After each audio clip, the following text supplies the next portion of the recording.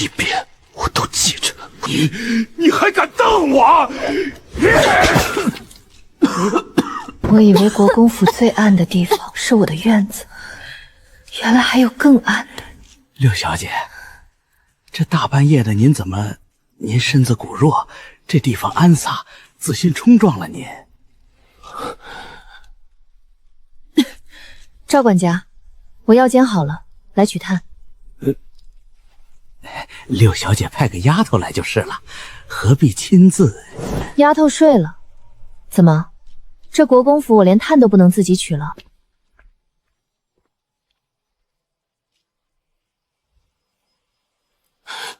干什么？你腿断了。不关你的事，滚！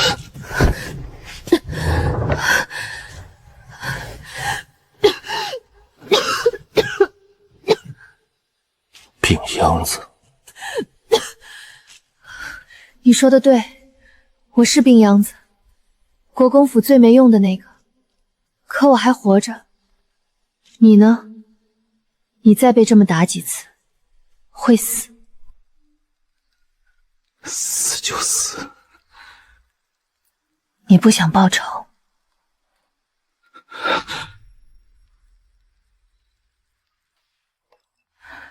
金疮药，治外伤的。你腿上的伤今晚不处理，明天就会溃烂。为什么帮我？想报仇吗？想的话，我教你。赵管家说了，今天贵客到，得让这杂种去正院跪着充场面。他腿断了，跪不了。六小姐，赵管家的吩咐。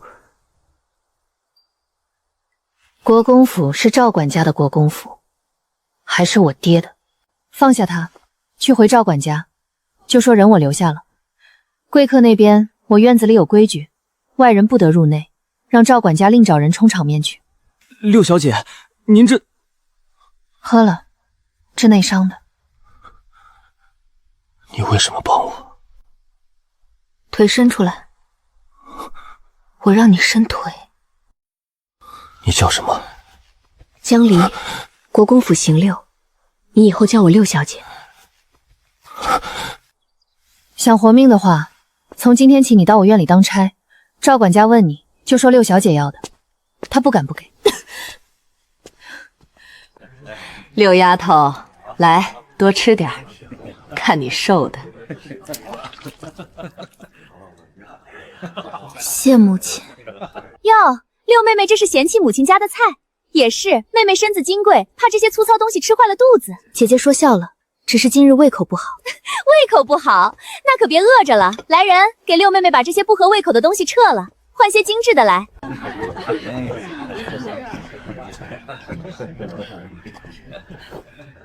喏，主子赏的。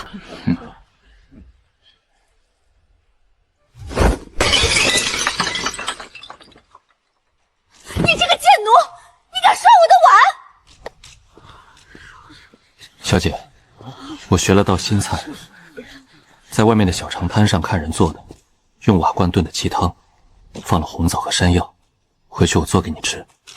那东西养胃，对咳嗽好。萧爷，跪下。是。我的狗轮得到谁打谁赏。萧爷，起来，跟我走。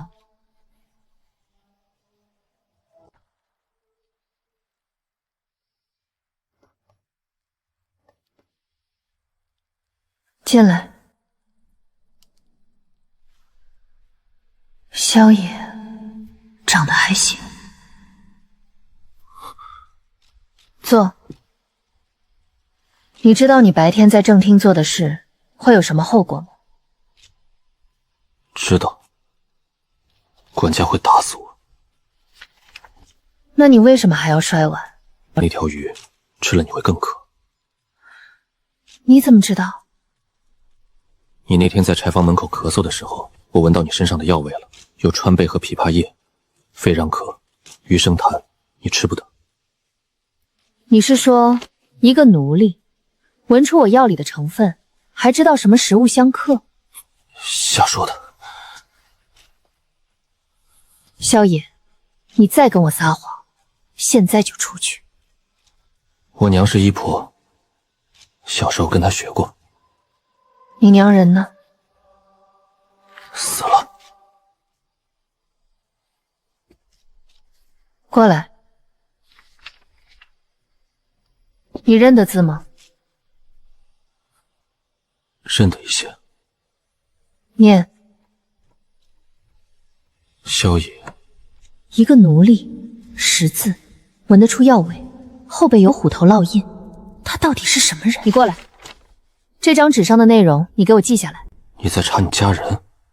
不然呢？等着他们毒死我。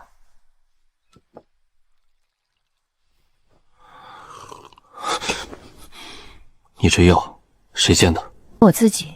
怎么了？不对，这药味道不对。川贝和枇杷叶的分量是对的，但里面有朱砂的味。朱砂磨粉混进药里，少量服用不会立刻毒发。症状就是咳血、消瘦、白天无力、夜里汗。江离，你被人下了慢性毒。我知道。你知道？10年前就知道了。我娘死的时候，我躲在柜子里看到他们在她药里放了东西。从那天起，我就没喝过别人接手的药，但他们还是会找机会换我的药材，污染我的水源。10年来我一直在防，但防了10年，毒还是进了身体。所以我才问你，你想报仇？我不是只问你的仇，我也问你想帮我报我的仇吗？如果你愿意，你跪下来，我把我所会的、所知的，我教你师叔所有的暗器和底牌全部给你。3年、5年、10年，只要你还活着，我就把你磨成一把刀。然后呢？然后，我要你活着跪在我面前，不是作为奴隶，是作为人。你能做到吗？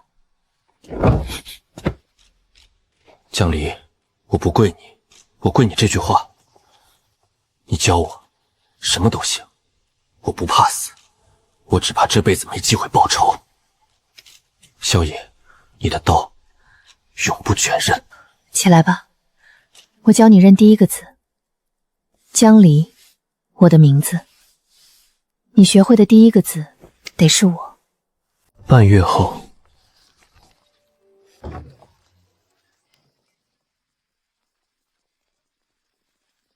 六妹妹，出来！父亲有令，搜你院子，御赐玉佩被盗，有人指证是你偷的。父亲上月蒙圣上赏的那块盘龙玉佩，今早不见了。有人看见你那奴才叫什么来着？萧野，昨夜里在正院附近鬼鬼祟祟。萧野昨夜在我房里研磨到3更，没有出去过。六丫头，你一个未出阁的姑娘，房里留男人到3更，这事儿要是传出去，你还要不要脸？让开，搜！母亲，我院里只有1间房，1张榻，你要让这些男仆进去搜我的闺府？怎么有不能见人的东西？没有，但女儿身正不怕影子斜，大哥的院子也一并搜，免得人说闲话，说大哥栽赃亲妹妹。你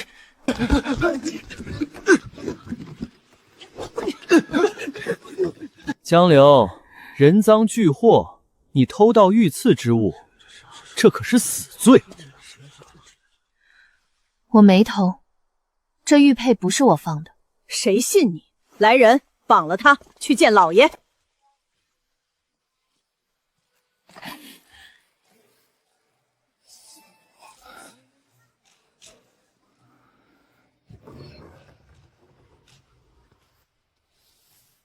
第3块砖往里安。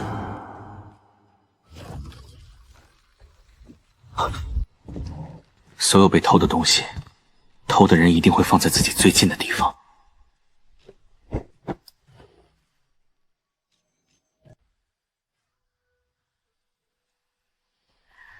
老爷，这孩子怎么做出这种事？御赐玉佩也敢偷？父亲，玉佩不是我偷的，那锦盒里的玉佩是假的。你说什么假话？众目睽睽从你枕下搜出来的，竟敢说出这种话！假的？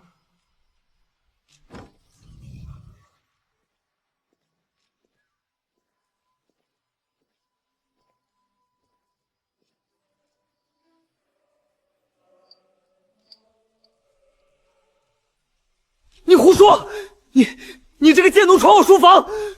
狄少爷的书房门没关紧，属下进去时发现暗格敞着，这里面还有您和地方官员的往来信件。孽子，精液！父亲，那是伪造的，是江流和这贱奴串通害我。哦。江岩禁足3月，江流回去歇着。谢父亲。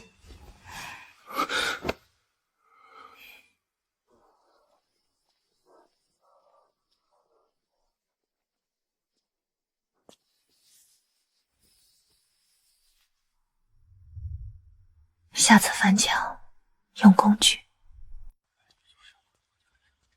护符暗卫，那个姓萧的后颈烙印。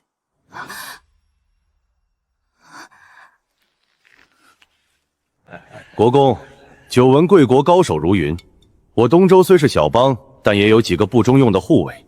今日趁兴，不如切磋切磋，也助助酒兴。陈太傅客气了，国公府粗人几个，怕伤了贵使的脸面。无妨无妨，点到为止。来啊，阿苏。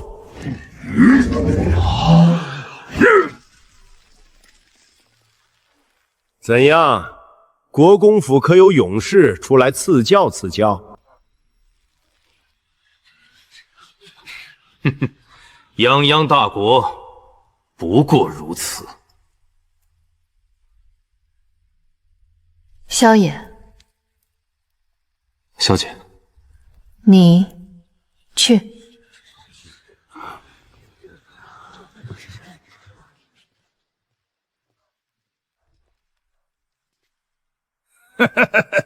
你细狗一样，回去吃奶吧。请。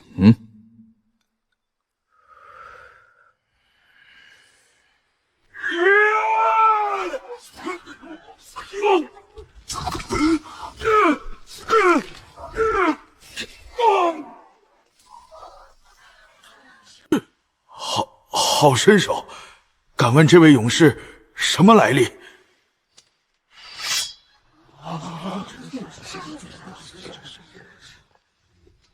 小姐，您的剑。陈太傅，我府上一个下人略通拳脚，贵使远道而来，今日以武会友，点到为止，莫伤了和气。国公府深藏不露，佩服。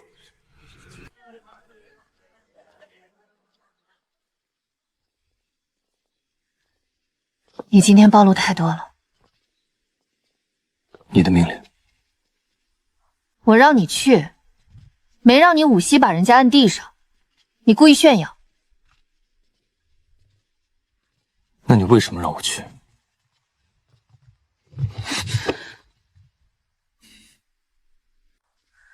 你后颈的烙印是什么？没什么。你不说我也查得到。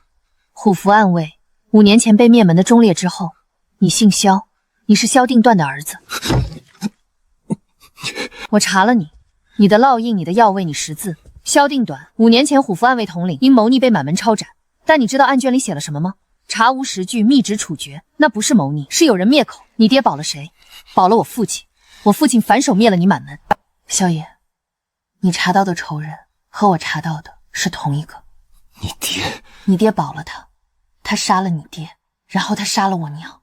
萧爷，这把刀你磨了多久了？10岁那年全家被杀，我娘把我从狗洞里推出来，她说去找你爹保的那个人，让他护你。我一路爬，一路讨饭，最后跪在国公府门口，自称是逃荒的孤儿。然后我就看见了他，国公。他低头看了我一眼，说：“收去柴房吧。”所以那天在柴房你才那么凶，你不信任何人，但你信了我，为什么？你递给我药的时候手在抖，你说想报仇吗的时候，你也在害怕。你明明那么怕，还是蹲下来了。那你知道我为什么怕吗？因为你眼睛里有火，就知道我看到那团火的烧死所有人，要么被人烧死，我不能让你被烧死。从今天起，你不是我的奴才，你是我藏着的人。我教你，你学，终有一天我带你站到你该站的位置上去。那个位置在哪儿？国公坐的那个位置，他欠你家的，欠我娘的，欠我们的，你去做，我陪你。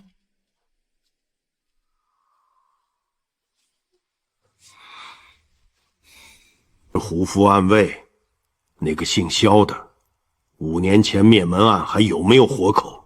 老爷，当年萧家幼子尸体一直没找到。查，斩草要除根。江离，朱砂开始咳血了，别声张，院里有卫士的眼线。你这样撑不过今晚，我去请大夫。福音是卫士的人，他来了，我的药方会传到他耳朵里，他知道我在反推解药了，我就活不过下个月。那怎么办？城南平安巷有个退役的老御医，姓白，我娘生前和他有救。别死，你不能死，你死了我怎么办？我还没学会你教的东西，我还没报仇，我还没走不了正门就走墙，我背你。放下我！不放。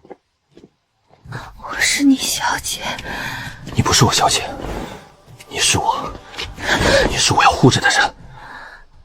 你是江离，我背你。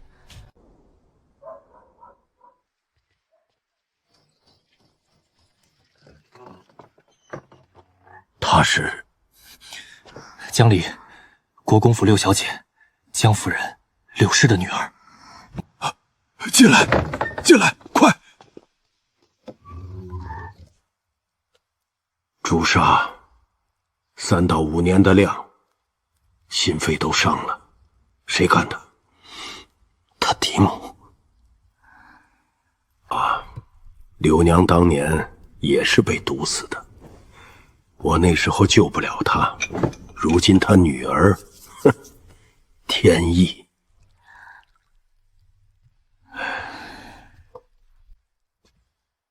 虎符暗卫，你是萧家的人，别紧张。当年萧定远和柳娘是旧识，你爹是条汉子，你娘呢？死了。国公府那个位置，坐上去的人脚下全是白骨。你和他，你们2个要活着走出去，不是靠狠，是靠忍。记住，还活着就是赢。萧爷，你知不知道你这把刀已经开始有自己的温度了？你醒了，感觉怎么样？还行，白天医的药有效。那就好，我去给你熬粥。等等，你手流血了，不碍事。坐下，我帮你包。你刚醒，我说坐下。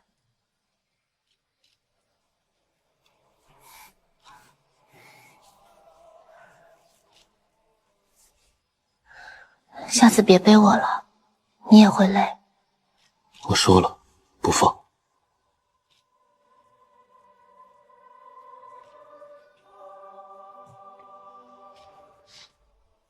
国公的人在盯梢。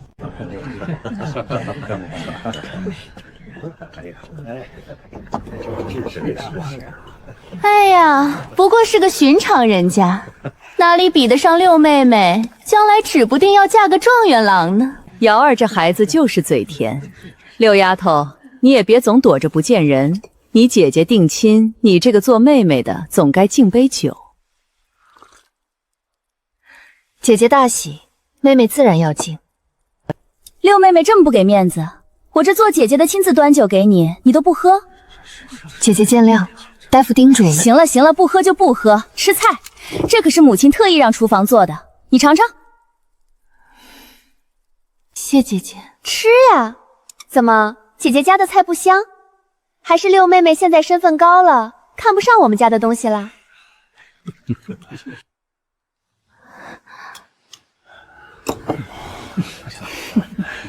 他不能吃鱼，他渴，肺热。你一个贱奴！我跟我妹妹说话，你插什么嘴？小姐，我说过给你做那道新菜。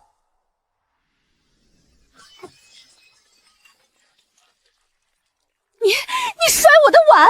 你这个贱奴！来人，把他拖出去打死！狄小姐，你家的鱼，江烈从头到尾没动过。那条鱼是河鱼，红烧加姜蒜，对她肺治可是毒药。她是我家小姐，你也不配让她低头。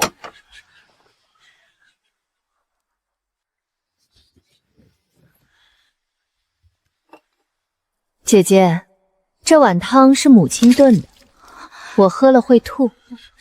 既然姐姐这么喜欢看人吃东西，不如姐姐替我喝了。不是我不给姐姐面子，是姐姐扔给我的东西我咽不下去。你摔我的碗，谁准你摔的？你下不了手，我帮你下。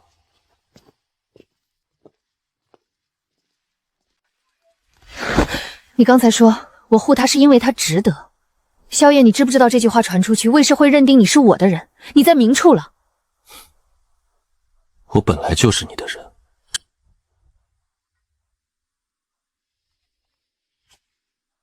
你刚才嘴角笑了，我看到了。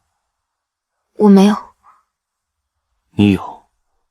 你看我摔碗的时候，你笑了。萧夜，你是第一个在我家宴上替我摔碗的人。那就做第一个，以后每一次我都替你摔，摔到再没人敢往你碗里加东西为止。老爷确认了，萧家孝子活口，就是那个姓萧的奴才。5年前那桩旧案，不能犯。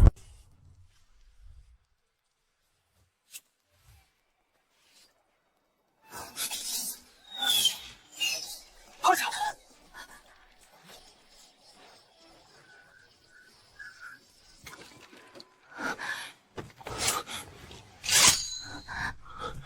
别出来！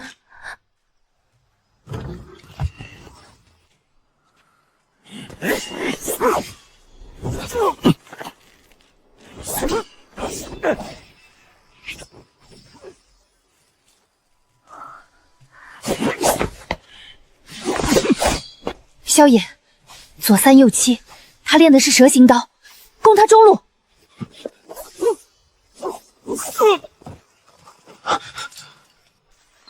江离，你没事吧？萧夜，别怕，刀不卷刃。刀不卷刃，但人会疼。你骗我！你说刀不疼的，你骗我！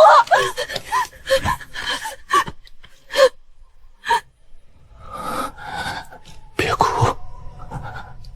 我没哭，我没哭。擦不干净了。那就别擦了，你别说话，你别动，我叫人，我叫人。别叫，魏氏的人会来。你活着，你欠我的，你还没学会怎么娶我，萧夜，你活着。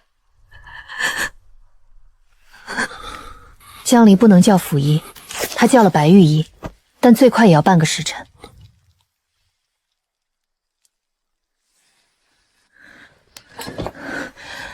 我教你直谋，我教你隐忍，我教你变成一把刀，但我没教你挡剑。谁让你挡的？你死了我怎么办？那把刀不能卷人，那把刀，那是我的人。能熬过今晚就活，熬不过他熬得过，他答应过我，永不卷人，他说到做到。萧野昏迷了3天3夜，江离没离开过这间屋子，他把白玉衣扣在了偏房，不许走。命硬，这孩子的体质非是常人能比，连性子受伤到体是侧着的，他知道怎么用最小面积及最大伤害。他练过的，他从小就练，他爹教的，他爹是萧定远，护肤安慰统领，教他护人，先护要害。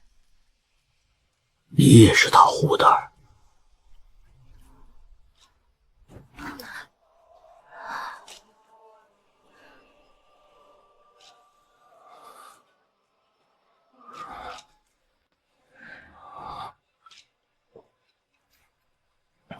你没睡，你3天没睡了，你眼睛全是红的。你看错了。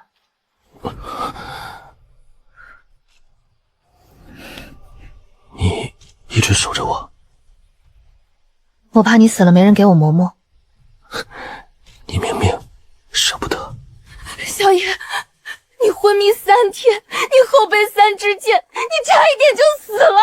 你知不知道你昏迷的时候，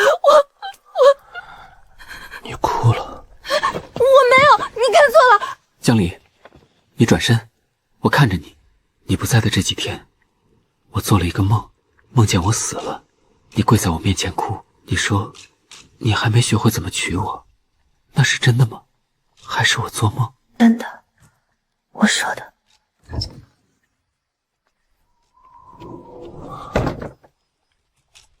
我学，你教我，一点亮色慢慢稳住，我什么都学。朱砂的毒在家中。白玉一说解药配方还差一味引子，我撑不了多久了。但萧野，他要活着，他得活着学会怎么娶我，然后我才有资格说我教你最后一课，教你什么是好好活着。你回来了。我还能去哪儿？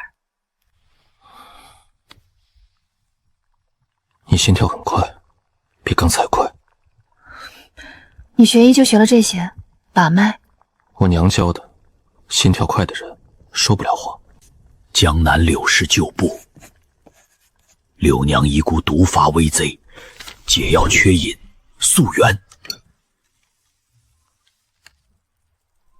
国公的眼线已经盯上他了。虎符暗卫，大正皇家直属密探，隶属皇帝，不归任何衙门统管，统领萧定短，忠勇无双。5年前，国公江重年以虎符暗卫勾结边将，意图谋你，密奏弹劾。 3个证人都是国公府的亲信，他们说看见你被射落枯井，亲眼看见井口被封，但你没死。我娘塞我出狗洞的时候，塞了一块碎银在我手里，跑得越远越好，别让人看见你的烙印。我爬了3天，后来京城那时候不知道是他，我就回来了。我以为是仇人来国公府是为了找线索，然后我进来了，我跪在他面前，他低头看了我一眼，收去柴房吧。他认不出我，虎头烙印在后颈，剃了头才看得见。我混了3年，3年，他每天都从柴户门口过，一次都没多看过我一眼。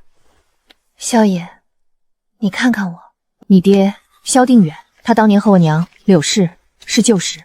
我查到一条线，5年前你爹被弹劾谋逆，证据是我爹的密奏，但你爹死前给我娘递了一封信，那封信我娘没来得及看就被毒死了。我后来从他遗物里找到了，私逆的帽子会扣在另一个人头上。谁？你爹要保的人不是国公，是皇帝。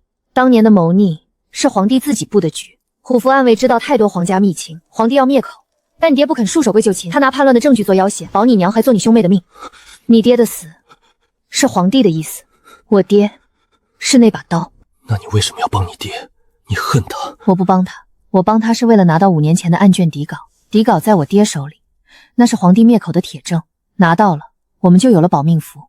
我和你不是靠武力活，是靠证据活。你从什么时候开始布的局？我娘死那天，我躲在柜子里，卫士往他药里下掉，我爹站在门口看着，他没动，他看着他死。那一年我7岁，从那天起，我知道我活着的每一天都是在替他报仇。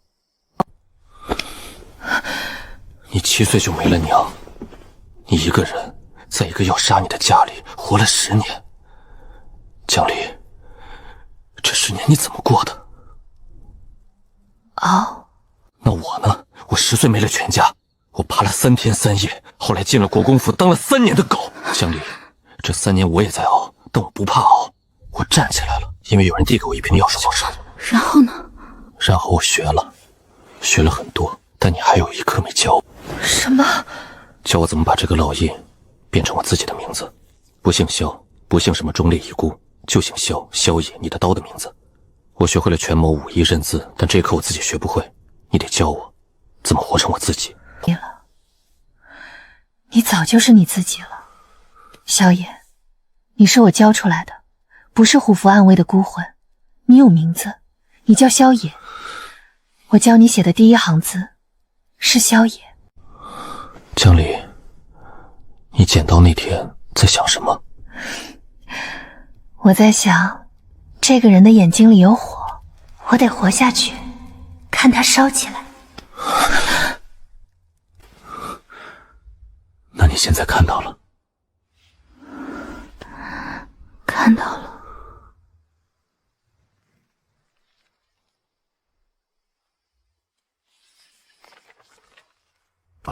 白玉衣那封信送出去了，结下了。但信上的内容，老爷，江南柳氏旧部，还有解药缺引，他还在反推解药，那就把药引断了，把那个老东西也断了。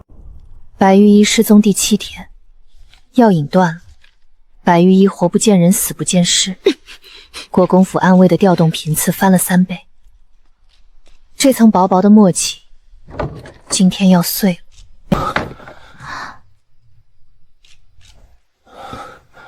江离，你看这个，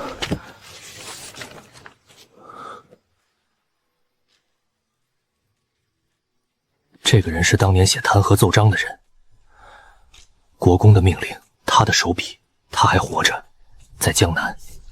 我查到了，他每年8月会回京述职，今年就在下个月。你动用了府外的人脉。是。我让你碰府外那条线了吗？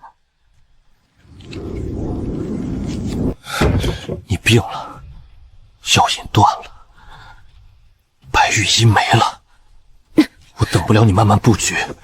孙贺回京是这5年唯一的机会，错过就要再等1年，你等得了吗？我教过你，棋要一步步下。孙贺是重要，但他动不得。他背后有江南道观察使，有刑部周冕，有皇帝的眼线。你现在动他，等于告诉所有人萧家的遗孤还活着。那就告诉他们。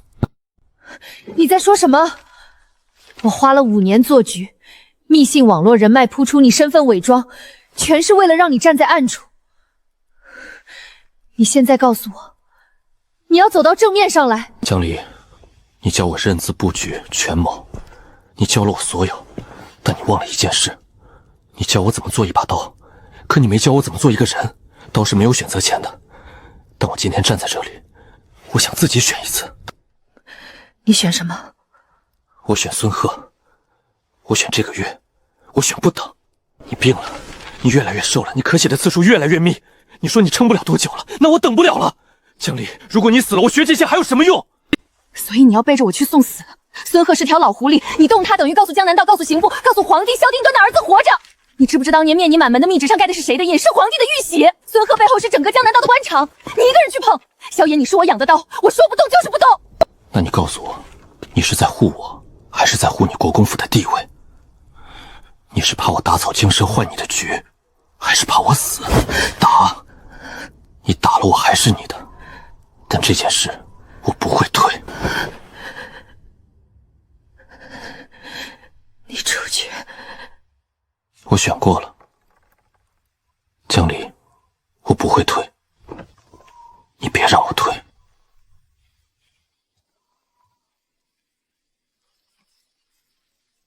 他长大了，他有自己的判断了，我应该高兴。我养的刀终于有了自己的锋芒，但我害怕。我在怕什么？怕他走错，怕他死，还是怕他不再需要我了？他写那个圈的时候手一定很重。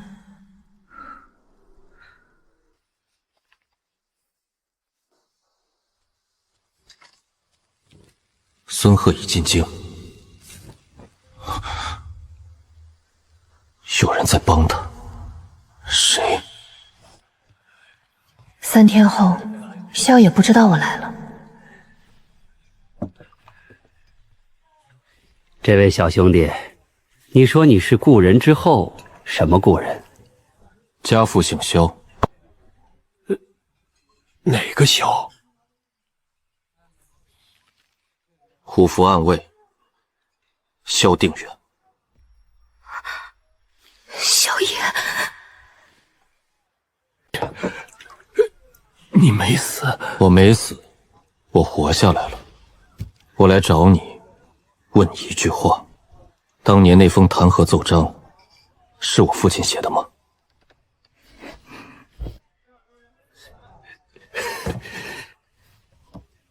你父亲没写，是国公让我写的。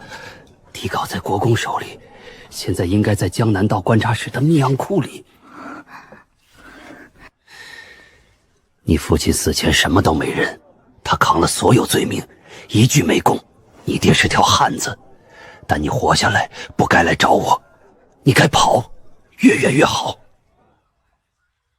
骨稿在江南道，我要拿到它。你疯了！那东西在观察室书房暗格里，三部剧章你进不去的。你帮我，作为交换，你当年写的那封奏章被意外丢失，你不说我不说，没人知道是你写的。咽下来以后，大让你爹越色了。好。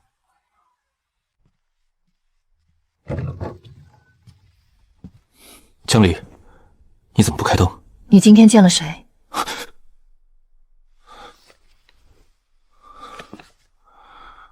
跟踪我。你背着我见了孙贺。萧野，你动了那条线，你背着我谈了交易，你答应他烧掉底稿，你答应他不告诉任何人。萧野，你的任何人里面包括我。江离，你听我说。萧野，你敢！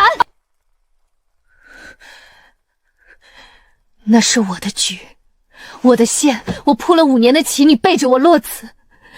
你是我养的刀。我是你养的刀，但我也是个人。江离，你病了，白羽衣死了，药引断了，你能不能告诉，如果不动，你到底能撑多久？1个月、2个月？你咳血的频率越来越密，你以为我没在外听你咳嗽？你压着声音咳，怕我听见，但我听见了，每一声。江离，如果我什么都不做，你是打算死在我面前吗？你可以打我、骂我、赶我走，但孙贺这条线我必须动。遗稿在江南道观察手里，那是皇帝灭口的铁证，拿到它我们才能活，你才能活，你明白吗？萧稿的位置，你拿到了？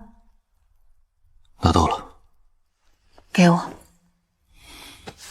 不行，你身体，你不能去江南。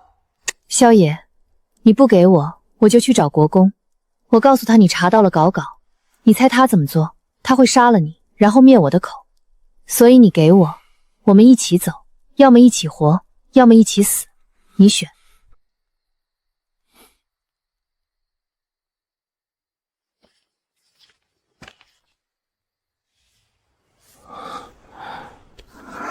一起活，我选一起活。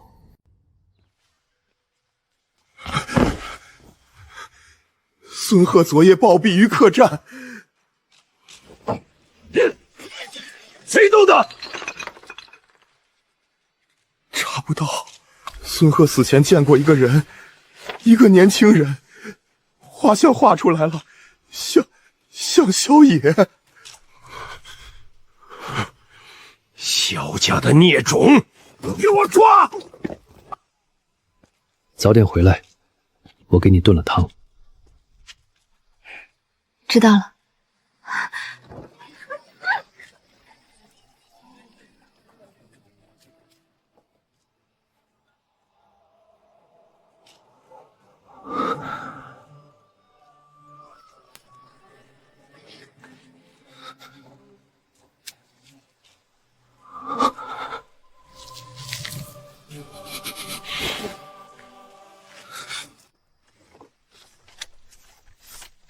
三皇子要逼国公表态，最直接的办法，动国公最忽略的庶女。别动我的小姐。六小姐，别怕，我们只是请你来做客，做个小小的交易。你回去告诉你父亲，下个月太子祭天那日，让他别去，殿下自有人替国公府出面。如果他去了，您可能就回不去了。你们找错人了，我爹不会为了我一个庶女站队。六小姐谦虚了，你身边那个萧野身手了得，查案如神。最近江南道那边的动静跟他有关吧？国公府出了这么一号人物，你爹能不知道？你在他心里比你想象的重要。他叫萧野，一个奴才而已。你们太高看我了。是不是奴才，我们查查就知道。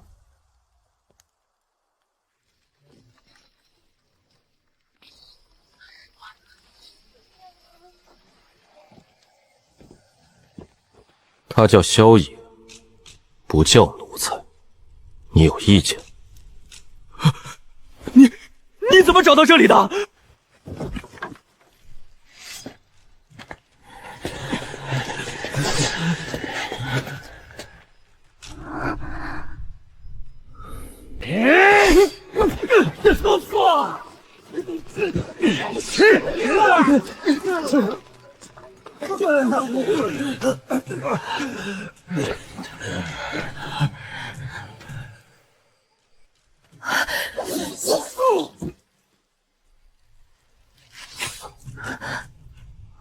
小李，疼不疼？你脸上全是血。别动我的小姐，这句话我说过。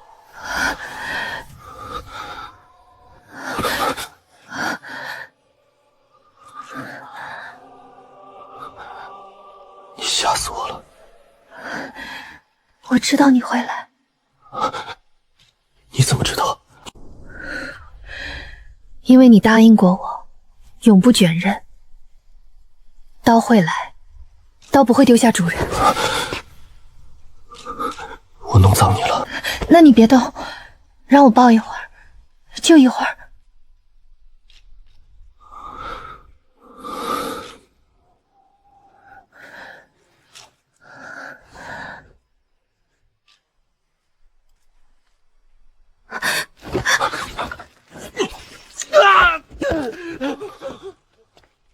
你回去告诉三皇子，我萧野一个人要动我的人，先从我尸体上踏过去。废宅事件后第2天，三皇子幕僚惨败的消息传遍了京城，何清被人抬回三皇子府，手腕断了。三皇子震怒，但何清最后一句话传得更高。他的人，他说的人是踏过去。回老爷，萧野说的是别动我的小姐。柳丫头什么时候养了这么一条狗？老爷，他不是狗，他摔狄小姐的碗挡三皇子的剑，单人闯废宅救六小姐。他对六小姐是护自己的那种。萧定远的儿子在护我的女儿，哼，天大的笑话！老爷，要不要抓？把萧野抓来，我要亲自审。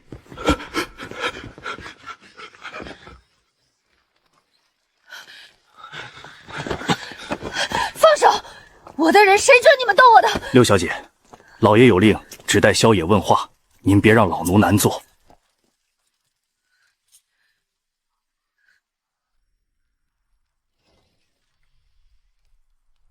你跪什么？跪爹，放了他。你为了一个奴才，跪我？他不是奴才，他是我教出来的人，我用了5年教他读书、权谋、做人。爹，他比你的嫡子聪明10倍，你知道为什么吗？因为他不是生来就有，他的每一分都是自己爬出来的。这样的人，你杀了他，你损失的比你想象的更大。他是萧定远的儿子，你知道这意味着什么？他身上流着叛逆的血，他爹是皇帝亲手点名的逆臣。当年为什么要保我娘？你后来杀他，是因为你发现了什么？你怕他萧野，你怕他翻出5年前的旧案，翻出你的底牌。你打了我10年，从我娘死的那天起，你每次打我，我都记着。今天你再打我一巴掌，我也记着。但你记不记得，你打我的时候，我从来没哭过1次都没有。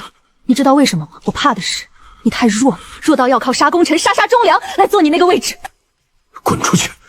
爹，你教过我不要手心向上跟人要东西，那我现在跟你说的每一句不是求，是我在告诉你，萧野是我的人，你动他，我会让你这10年坐的位置变得谁都坐不稳。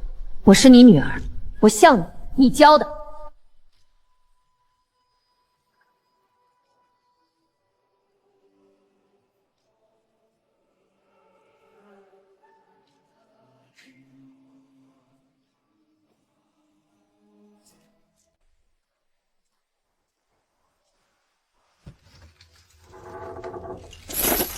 你怎么来了？你的脸怎么了？谁打的？我爹打的，但我没事。你怎么样？你爹打你？他打你，将来你告诉我，我。萧野，听我说，我跪了他，跪了1次，你记着，我这一辈子只跪这1次，不是为了国公府，是为了你，你欠我的，你活着出去以后，你加倍还我，行吗？江离，我当年在柴房说过，我跪你不是跪你这个人，我跪你这句话。今天你跪了他，你为了我跪了他，那我告诉你，你跪的每一寸我都让他还回来，10倍、100倍，你信我？我信你，我一直信你，你信我？你信我？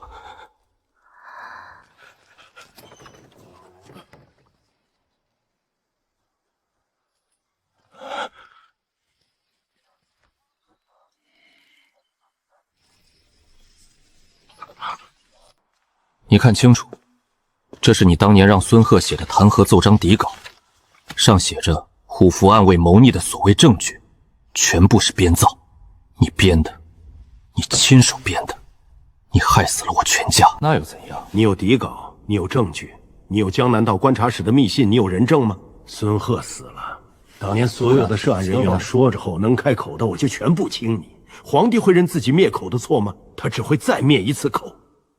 你说的对，人证没了，但物证不止这一张。你知道我爹死前给递了一封信，你截下了，但你没销毁，你放在你书房暗格里，我看到了。他的名前，你当年的副将，他背着你刘爹的亲笔信。皇帝看过那封信，刀用完了，皇帝会怎么处理？你怎么知道陈清？陈清早就死了。他没死，他活着，在江南，在我手里。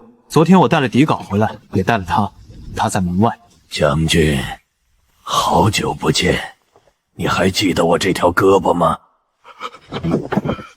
我把一把刀磨了5年，今天这把刀终于站在了他该站的位置上。我回来一稿拿回来了，陈清也带回来了。你背着我去了江南，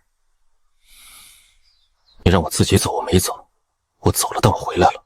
那封密信上说的是孙贺已进京，是谁给你的？他一直活着，就陈清等了我10年。所以那个比我先找到孙贺的人，不是你的人。是你的人，我的人。你留着我枯掉的花做什么？你便便掉的，我捡的。枯了也是我的，你不准扔。不扔，你的东西我什么都留着。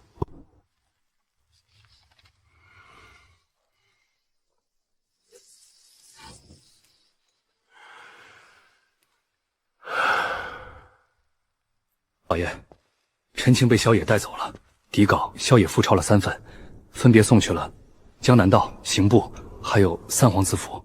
老爷，要不要？来不及了，棋已经下完了，认输吧。3日后，国公被皇帝密旨体面致仕，交出一切实权，保留国公虚衔，闭门自省。萧野入室，从8品行走。我的小姐还住在那里，她会搬出来吗？她会不会离开国公府？她会不会离开我？萧野跨马游街，探花郎当众跪拜。江离搬出国公府，两人第一次并肩走在京城长街上。你教我的，我都记得。江离的小院从最偏僻的角落变成了正院左侧的敞亮厢房，他搬过去了，但他没要正院，只要了一间带小书房的偏厢，窗外有一棵老槐树，比我给你做的第1件衣裳好看。这是你挑的布料。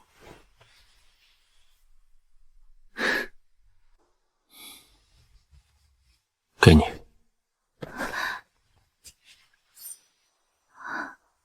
你鬓边那朵枯花，我看你戴了很久。萧野没有戳穿他，他看着他鬓边那只银簪，他打了3个月，磨废了2块银子。你记得？国公治术3个月后，府中格局已变。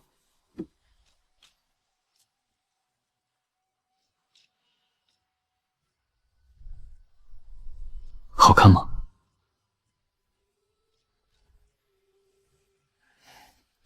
还行。这是你挑的布料，不然呢？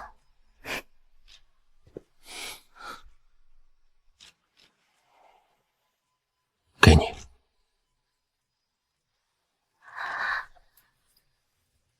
是山茶花。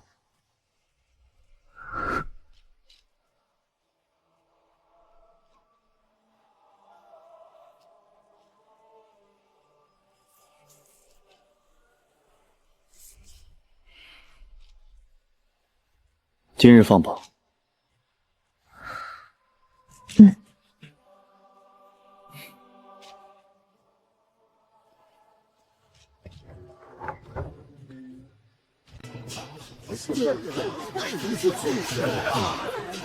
萧野高中探花。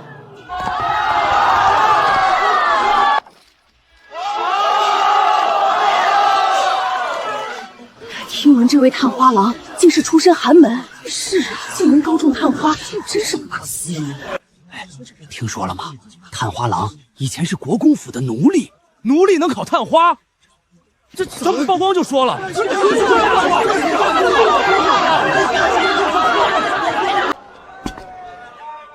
小姐，探花萧野，你的刀，你的刀，从今天起有名字。好看，起来。你在街上跪我，会影响仕途。我考功名，不是为了仕途，是为了站在你身边，不是身后。老爷，只准你管我，别人不行。只准我，别人不行。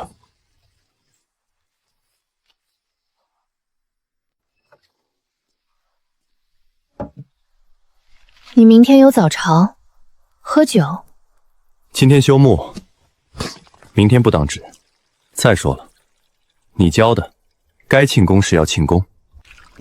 我什么时候教过你这句话？你忘了？第2卷，你教我的第312条，人生3大事：活命、报仇、庆功。前2件做完了，第3件不能省。你连第几条都记得？你教的每一句我都记得。第315条，酒量可以差，但不能不喝。不喝的人，别人没法和你交心。喝慢点，你这身体，别学我。萧野，你以前在柴房的时候会想到今天吗？坐在我面前，穿着官服，喝着酒，和我说这些。不敢想，那时候觉得能活一天是一天。那你现在想什么？我在想，你的时候递给我这瓶金疮药，抛下我一搏。但你定要能跑到。我当时也怕你。我确实想过，你走了以后，我在柴房里躺了一整晚，那瓶药就在我手边，我想了很久，要不要信你？后来我想，反正我什么都没有，最坏的结果就是死。死之前信一次。你信对了。我信对了，所以我今天坐在这里，穿着你挑的官服，喝着你对温的酒，看着你带着我打的簪子。你敢咬我？我想，我这一辈子做过最对的一件事，就是那天晚上在柴房里，没扑上去咬你。江离，你知道我第一次见你的时候，我后来才知道，那是琥珀色，我们是一样的人。你想罗公在官府的机会，我也等到了。我等到了你，教我的我都记得，包括怎么喜欢你。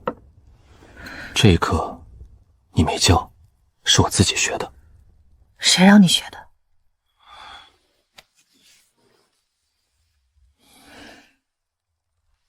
你教了我5年，最后一课我自己学，学得好不好，你验收。验收？你学的还行。那下一课呢？我自学还是你教？我教，你过来。验收完了，你可以走了。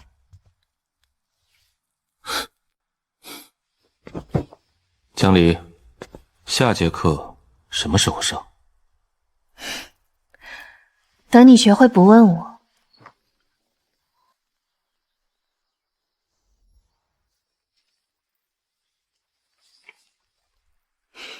好一个负债女还！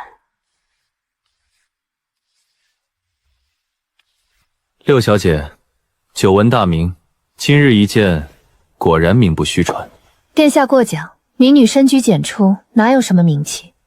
萧探花是你教出来的，京城谁不知道？一个病弱庶女教出了一个探花郎，这还不是名气？萧探花，你如今是朝廷命官，每日从翰林院下职，是回自己府邸，还是回这里？探花郎住国公府好，很好，礼尚往来嘛。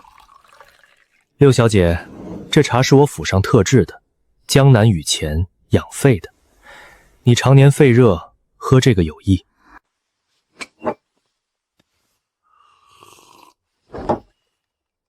谢殿下赐茶，我家小姐不喝别人的茶。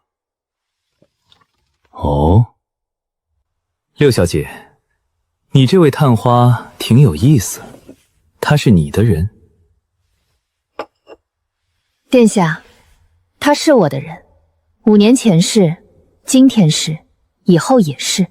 六小姐爽快，那我也爽快说，我这次来想和国公府结个亲，我正妃空璇愿以正妃之位聘你，六小姐意下如何？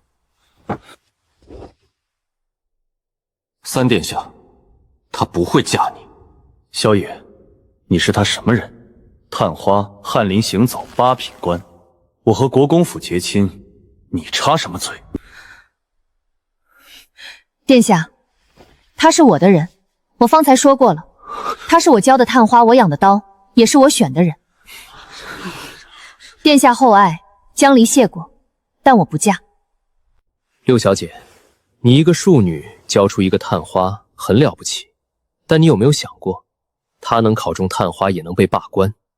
你选的这把刀，在朝堂上能不能活下来，我说了算。告辞。江离，你疯了吧？三皇子正妃你不嫁，你知不知道你在说什么？母亲，我是国公府的庶女，但我这辈子不嫁我不选的人。你说我疯了，那我就是疯了。萧野，你今天在正厅做的事，三皇子会盯上你。知道。他可能动你的仕途。知道。你的人，他可能动你的人。江离，三皇子来提亲的时候，你怕不怕？不怕。你撒谎，你的脉搏在跳。你摸了。我在握你的手，握了那么久，你指节在抖。他碰你茶杯那一下，我忍不了。你以后别喝别人的茶，只能喝我弟的。子萧爷，你知不知道你这句话比三皇子的正妃之位还重？那你知不知道，你刚才当着所有人说你选了我，那句话比我的命还重。3天后，萧野在翰林院收到一封调令，外放江南，明升暗贬。调令下附一行小字：三殿下问萧探花安。江离，江南，你跟我去吗？外放江南3年，名声从8品到从6品，听起来是提拔，但把人调出京城，三皇子要动手了。你不能去江南，你走了，三皇子在京城会架空你。等你3年后回来，朝中已经没有你的位置了。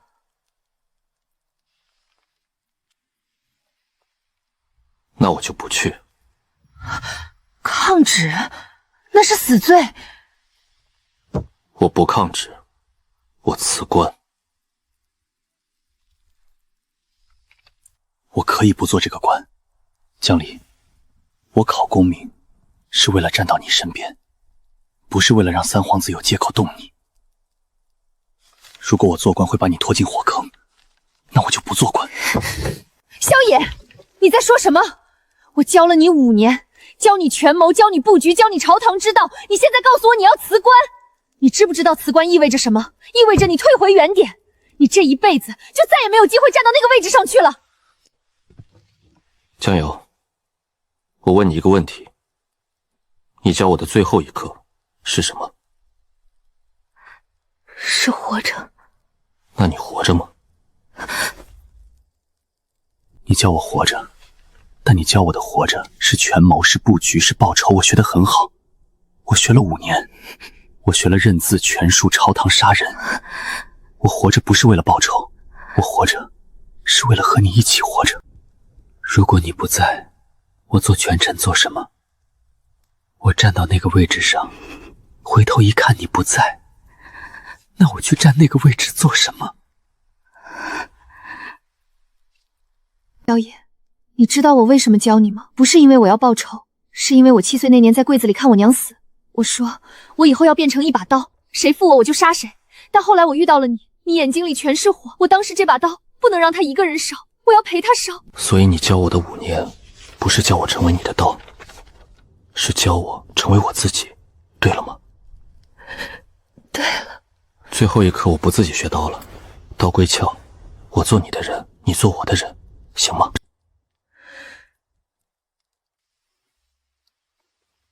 大了，明天我改。不用改，大了你就再打一个，打到合适为止，反正你欠我一辈子，不急。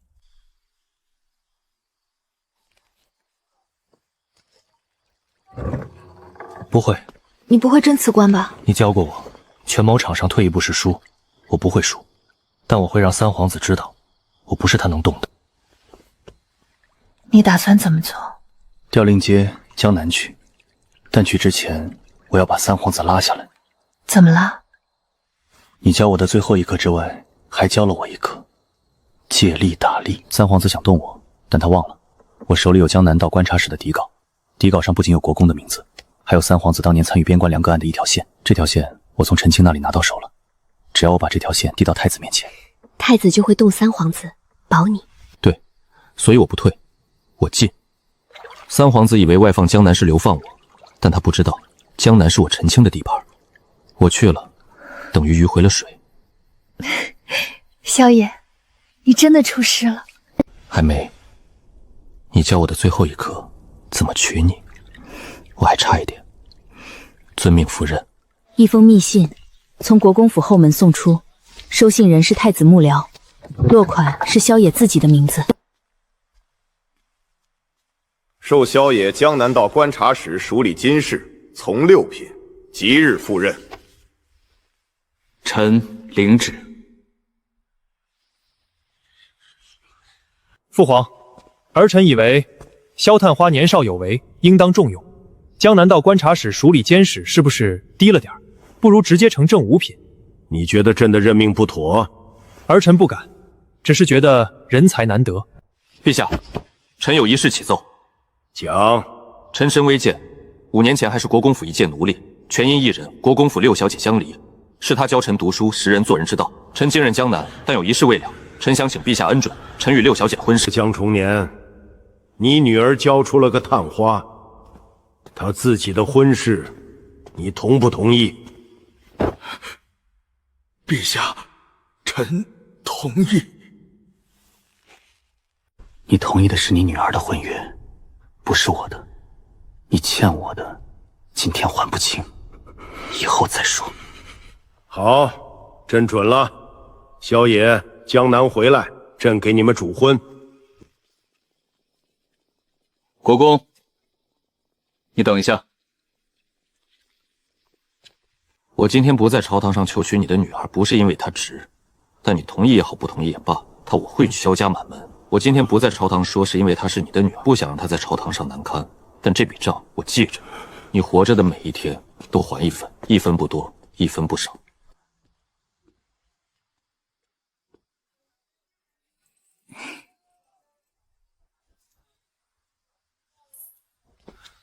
江离，我在朝堂上说了，我要娶你。我知道，全京城都知道了。你怕不怕？怕什么？怕我去了江南，回不来。怕三皇子动你，怕……我怕的是你去江南不带我。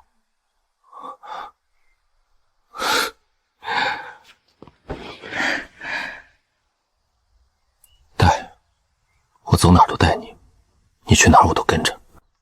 第2天，萧野离京赴任江南。你学会的第一课是什么？怎么跪？最后一课呢？怎么娶你？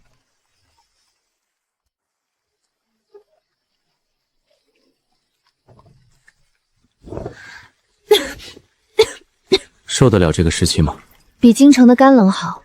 你专心赶路，别总看我。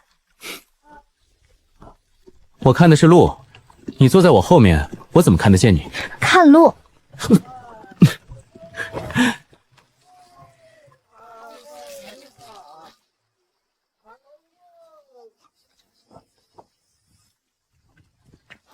萧公子，陈老让我来接。他说，您和那位姑娘到了之后，先别去官署，先别全是三皇子的人。苏州府衙衙里今晚住城西的别院，明日再去办交接。陈老还好吗？不好，上个月被人夜袭伤了又累。三皇子的人知道陈老是您的底牌，正一个个扒。苏州城里现在风声很险。夜袭报官了吗？回姑娘的话，查无实证。陈老三皇子已经把苏州府衙从上到下渗透了。带路，先去看陈老。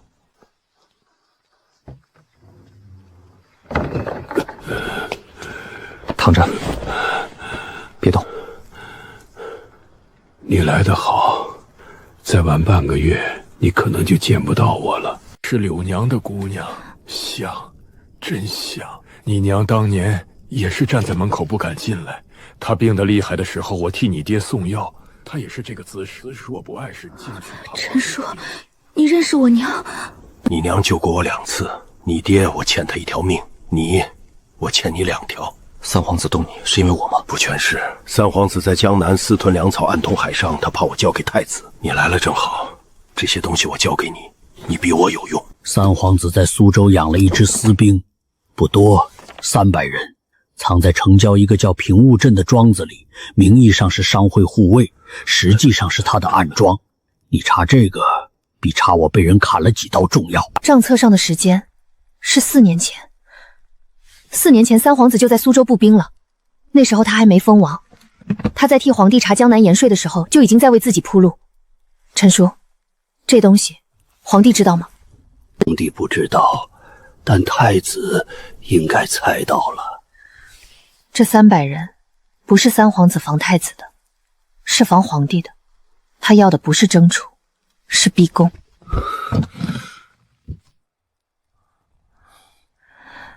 今晚别分析了，你坐船12天，先休息，明天再动脑子。你也是，你赶了12天的车。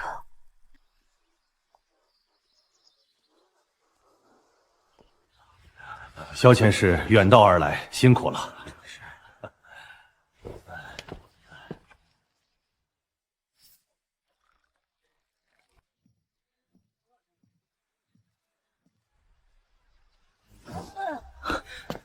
公子，昨晚你们卸下之后，平望镇那边有异动，那300人连夜转移了。平望镇那批私兵转移，不是走漏风声，是有人提前安排了。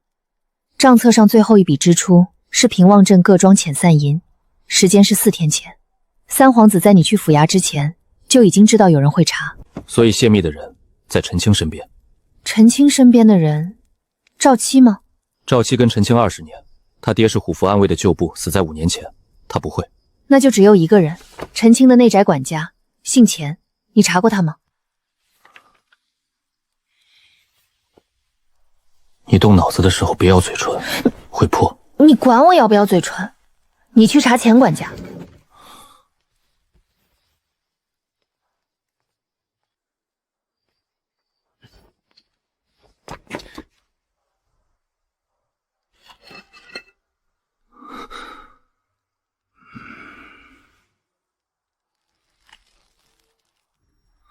陈清伤没好利索，但萧野来了，他带了那个姑娘，就是国公府6小姐，那姑娘比陈清还厉害。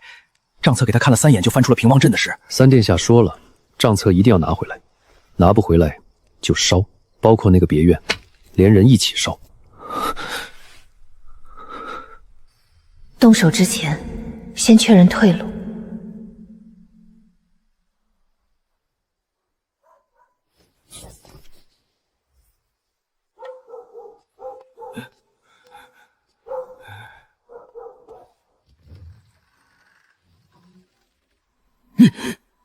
怎么进来的？千叔，你跟我爹多久了？15年。15年，我爹把你从战场上捡回来，你缺了一条腿，他给你找了差事，你给他管了10年的家，然后他死了，你投了国公，国公倒了，你投了三皇子，你这条命转手了3次，今天我来收第4次。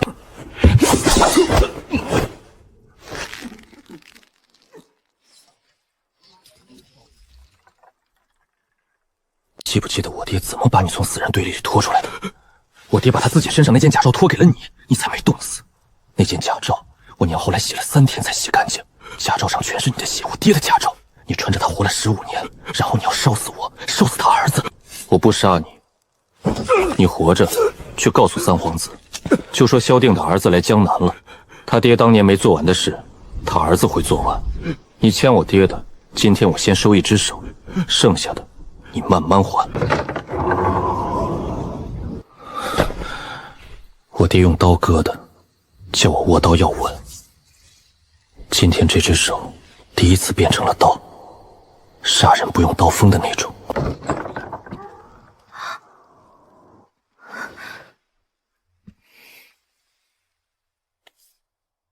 你手上怎么有血？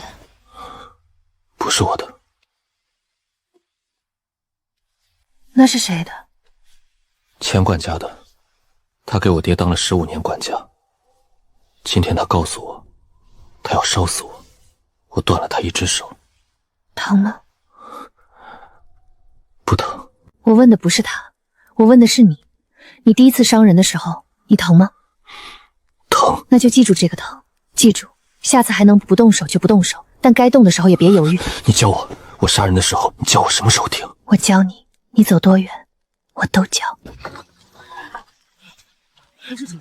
我要告发萧野，他私闯民宅，断我手腕。苏州知府当天发誓还部文书，通缉江南道观察使熟脸监视萧野，带我的人进山。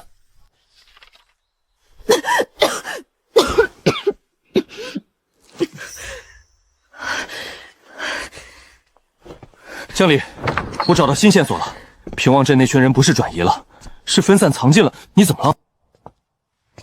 你手帕给我看。没什么。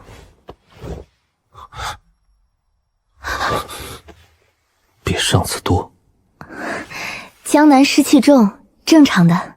江离，白羽衣跟你说过，你体内朱砂的毒解药药引必须在半年内找到，不然肺腑溃烂，没有挽回的余地。来江南之前你说江南有药引，陈青手上有，药引在哪里？在平望镇那批私兵的粮仓里有一种叫赤芝的药材，是江南道观察使当年进贡给皇帝的，三皇子私吞了一批藏在那里。赤芝和朱砂相克，是解药唯一的引子。我去平望镇，现在就去。平望镇现在是三皇子的陷阱，通缉令发了，你一去就被抓。那怎么办？我看着你死。你不要每次都这样，你为我断手挡剑杀人，你能不能有一次先想想你自己？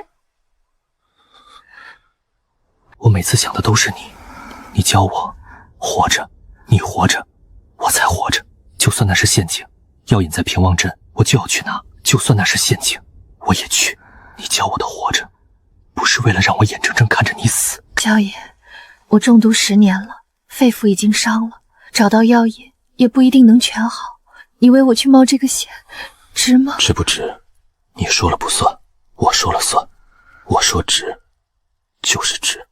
我进山之后，你带他走水路去杭州，我在杭州有落脚点，他在那里等我。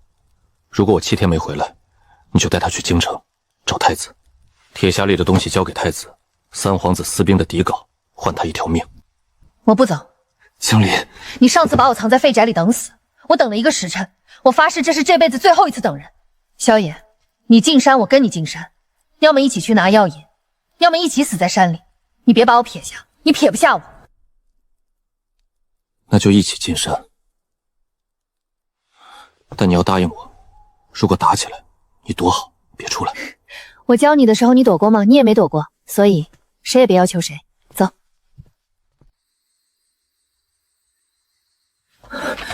陈老说，如果有一天您要和那300人正面碰，这条山路是唯一的突破口。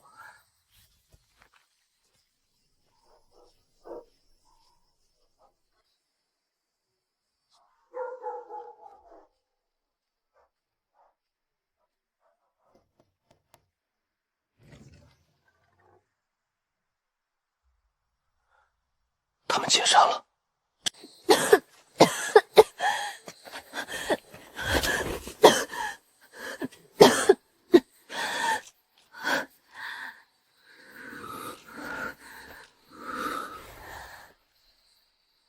你做什么？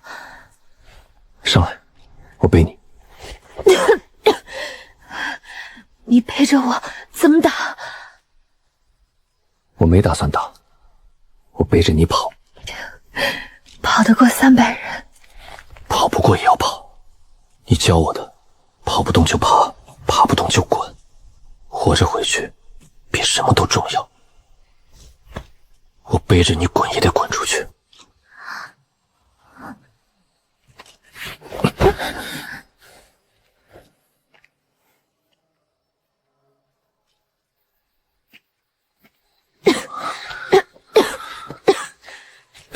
萧爷，要是我死了，你怎么办？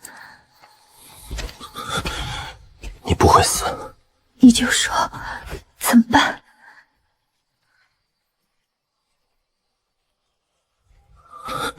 我不会让你死。这句话不是哄你，是事实。我可以不当不要命不做人，但你不能死。你死了，我学了5年的东西就没意义了。我站起来，不是为了自己站起来，是为了你教我的那些还能继续。如果你不在了，我站着有什么用？后悔那天晚上在柴房里蹲下来。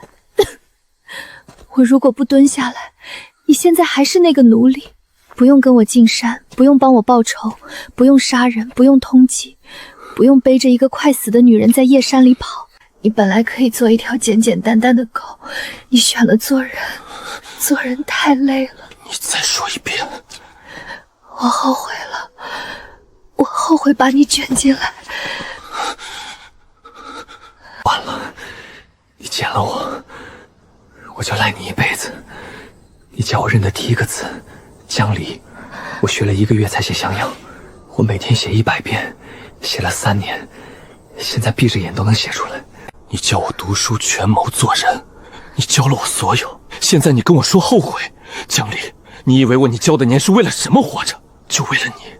你现在说后悔的那些太晚了，我已经变成人了，变不回去了。人子，那你放我下来。不放。我走不动了，你抱着我怎么赶路？我抱得动，你轻得很，比当年被你攀墙求医那次更轻了。我抱你到天亮，你睡，我走。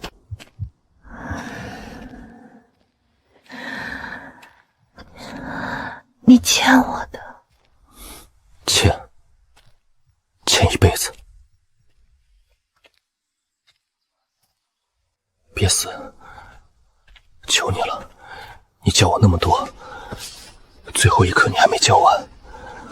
你说怎么娶你是最后一课，你还没上，你不能走。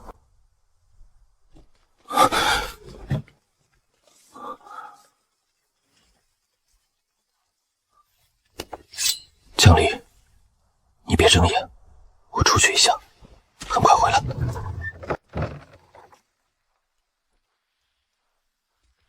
萧千使，就你有1个人？就我1个。那6小姐呢？应该在庙里吧？萧爷，他病着不动。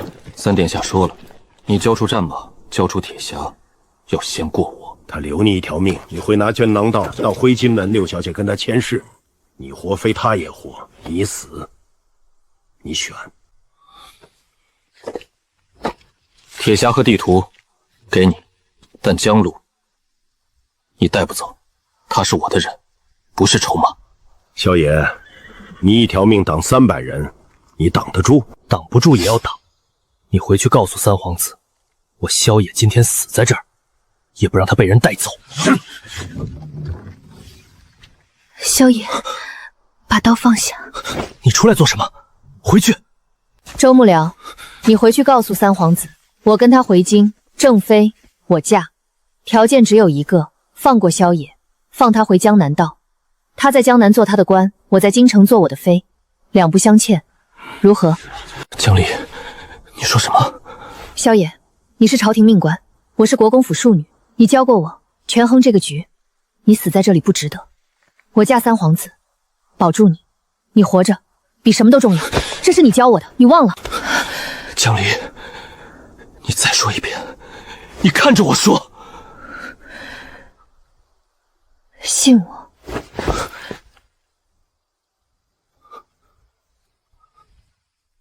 选了他，我选了活着，你也选。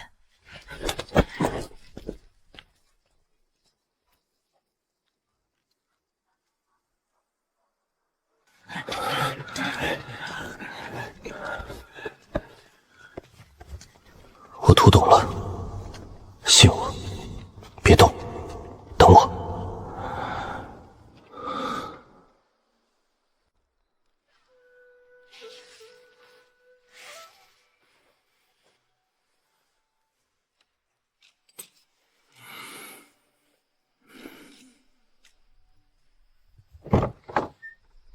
赵七，你是三皇子的人，我知道。但你今天来告诉我这个，平望镇今夜集结，跟我当年一样。为什么？公子只护一个人，护住那个人，他就死不了。我更不配做你的人。带路，今晚我要去平望镇，一个人。是夜，萧野独闯平望镇，300人已经被太子的人连夜清剿。他一个人走进敌营，不是为了嫁三皇子，是为……我父亲是你杀的，又如何？江离被护送回京已经5天。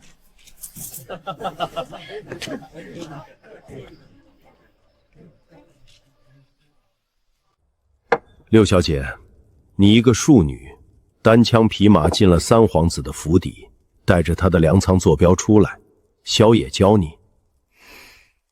我教他。江重年养了个什么女儿？他养了一个想活命的人。殿下，三皇子私兵已灭，但他在京中还有底牌。禁军副统领刘璋是他的内应，如果今晚不动手，刘璋明早就会率禁军围太子府。殿下只有今夜1个时辰。带路。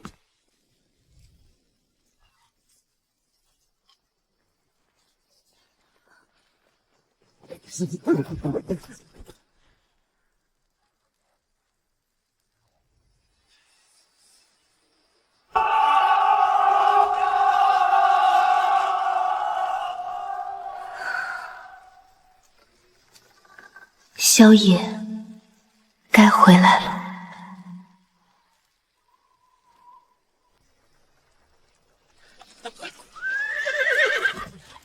什么人？下马检查！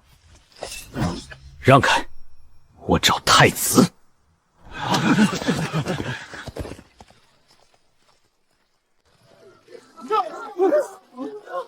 好，萧野回来了。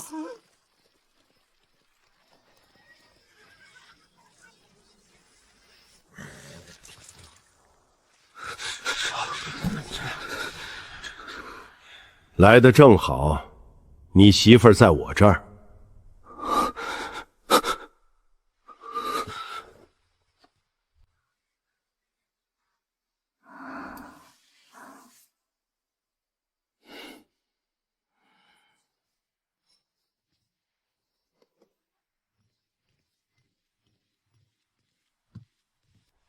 殿下，这是三皇子私兵的全部抵账，还有他通敌江南海上的128封密信，臣在苏州府衙暗阁中找到的。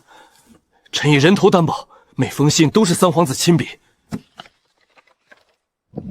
萧野，你一个人从苏州跑回京城，4天4夜，就为了送这个？殿下，臣不只是为了送这个，臣答应过他，江南回来就娶她。臣回来了，臣现在就要接她。行了，知道你们有话说，出去说，别在正厅里眉来眼去。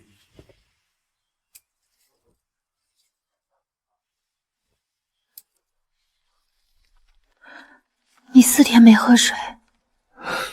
喝了，马喝的时候我也喝了几口。你回去漱口。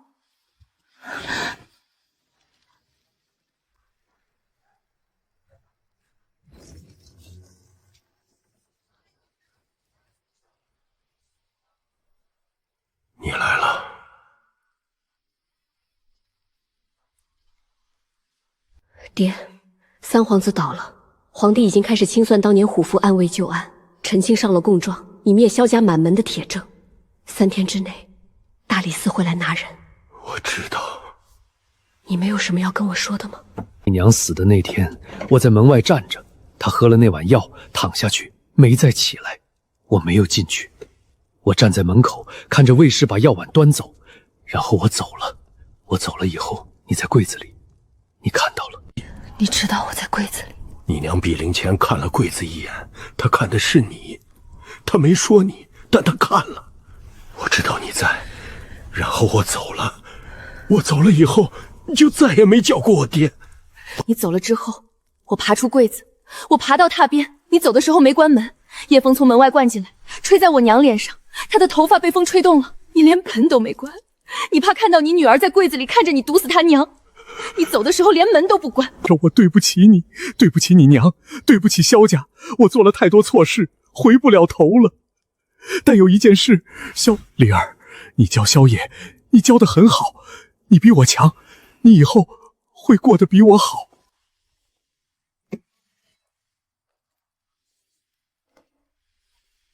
你欠萧野一家的命，轩，我是来告别的。你走之后，国公府我扛，用我的一去吧。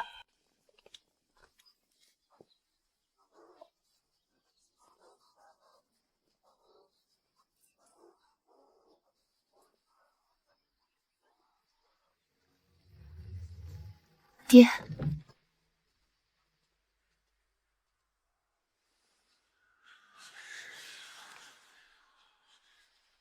江重年，你可认罪？认。5年前弹劾虎符暗卫统领萧定远谋逆，所有证据系臣伪造，臣为皇帝密旨行事，但证据之编造却为臣一人所为，萧家满门，臣的罪。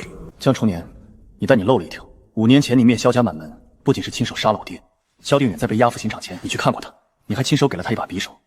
我娘也就是一把审视，在刑场上看到一手喊了一句，你忘了他怎么捅了那一刀，他不肯，然后你转身走了。这封信是我爹生前抄录的副本，原状在你书房暗格里。我爹去江南替你送死之前，你写了这封信交给他。我也活着回来，我5年做了走井国公，但你做了果服暗卫雄领的位置，你们跪在这里认罪，有没有认过萧定远的兄弟这一条？江重年，大理寺卿拟旨，革去爵位，贬为庶人，流放岭南，终生不得返京。你爹救过我，我还不了。你养的那把刀比他更利。完了，完了。那走吧，回家。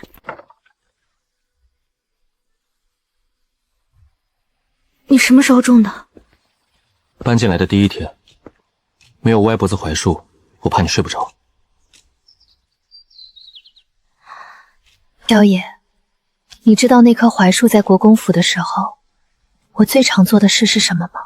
翻墙。是看你翻墙。你每次从那里翻出去翻进来，我都看着。那棵树我看了5年。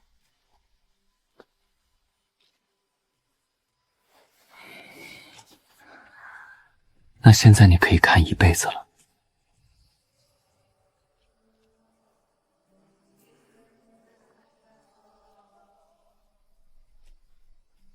深夜，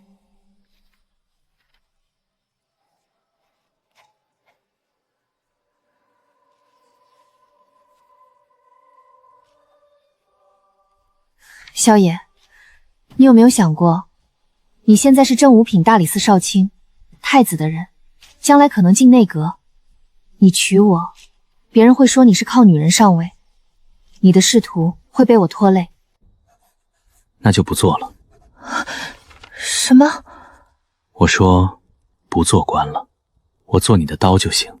你教了我5年，现在换我养你，不是官，是你的人。你养我？你1个月俸禄多少？正5品，每月30两。我每月要钱就要20两。那就换个养法，你吃药，我种药，地契上写你名字，你收租，我当差，够不够？萧野，你什么时候学会写我名字的？你教我的第1天我就开始练了，每天写100遍，写了5年，现在闭着眼都能写出来。那你还学了一课写你名字，你写一个我看看。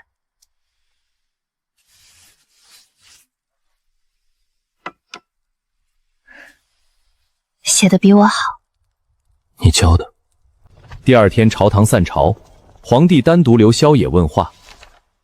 萧野，你爹的事朕知道，朕当年有不得已之处，你恨朕吗？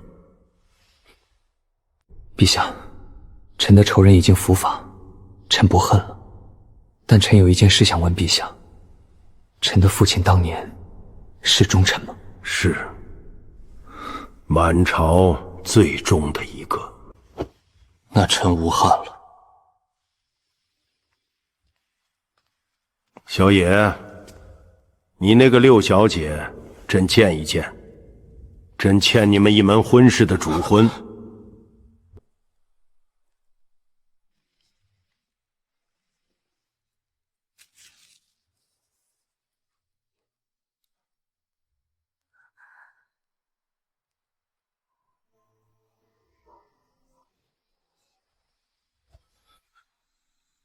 想报仇吗？我教你。教我？我那时候没想过，5年后你会变成坐在我对面和我写名字并列的人。我以为我只是捡了一把刀，结果捡了一个人。大了就再打，打到合适为止。反正你欠我一辈子。大人，吉时到了，该出门迎亲了。你翻墙那刻，我把它种在你门口了，以后不用翻墙了，走正门。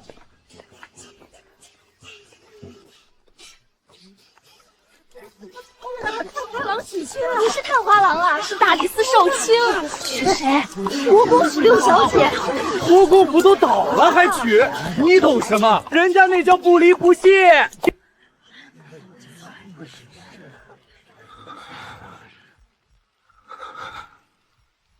记忆江南冷冽，我想活着。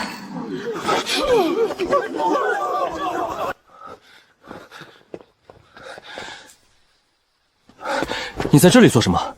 满堂宾客等你拜堂。我忽然想再见你跪在我面前，5年后你蹲在我面前，你膝盖不疼吗？跪了那么多回。不疼，习惯了。萧野，你知道吗？那天我在柴房门口看到你，你眼睛里全是火。我当时想，我要活下来，我要看这团火烧起来。现在有邓邓，有我真的看到了，火还在。你生我火旁边的这些几年，我一直看着。那你看到了什么？看到了一个很傻的人，为了一个病秧子挡箭断手，跑4天4夜不睡觉，学到了一个5年写我名字，打了4个月做一只歪簪子，移了一棵槐树，生怕他活不了。看到了一个很固执的人，我捡来的人，他现在什么都比我强了。我今天学会了，你延寿。萧野，做了你的夫人还是你的小姐？都是，做我的小姐，做我的夫人，都是你。你捡我走5年，你养了我，你让我变成了人。你现在回头看看，江离最后一课你教得很好，我学会了，谢谢。学的还行。岳父岳母，我爹娘，你们看着，我们拜堂了。爹娘，你们看着，他是我养出来的，他很好。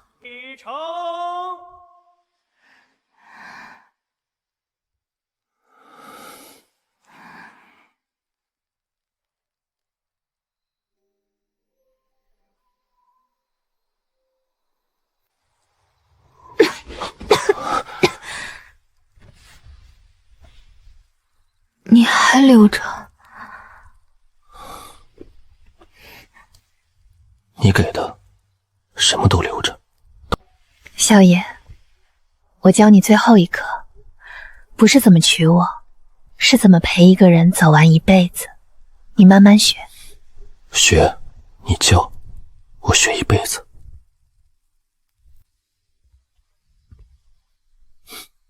你怎么没去？你不在，我去做什么？我在书房。我知道，所以我来了。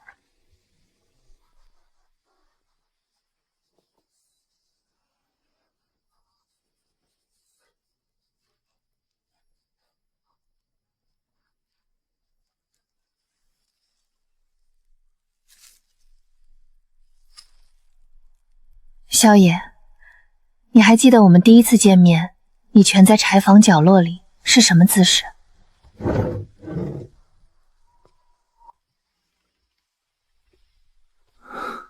这样。你那时候比现在瘦便是多了。我蹲下来的时候，你眼睛里的火快把我烧穿了。我当时想，这个人真凶，但他不会扑上来，他只是在害怕。我当他蹲下来的样子像在跟一头受伤的野狼说话。那时候骗我，后来我发现他没骗人。他蹲下来之后就没有站起来过，他陪着我跪了5年。萧野，你起来。你教了你那么多年，就是为了让你站起来。你现在站得很直了，但如果你累了，你就蹲下来，我陪你蹲着。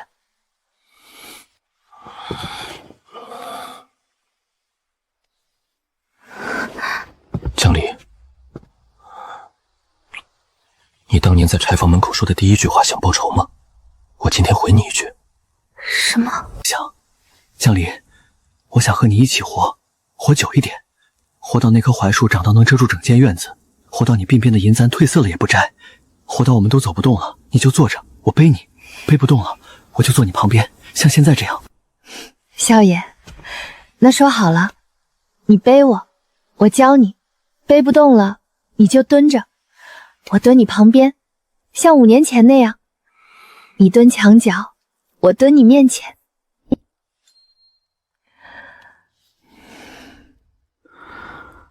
刀归鞘了，人归你了。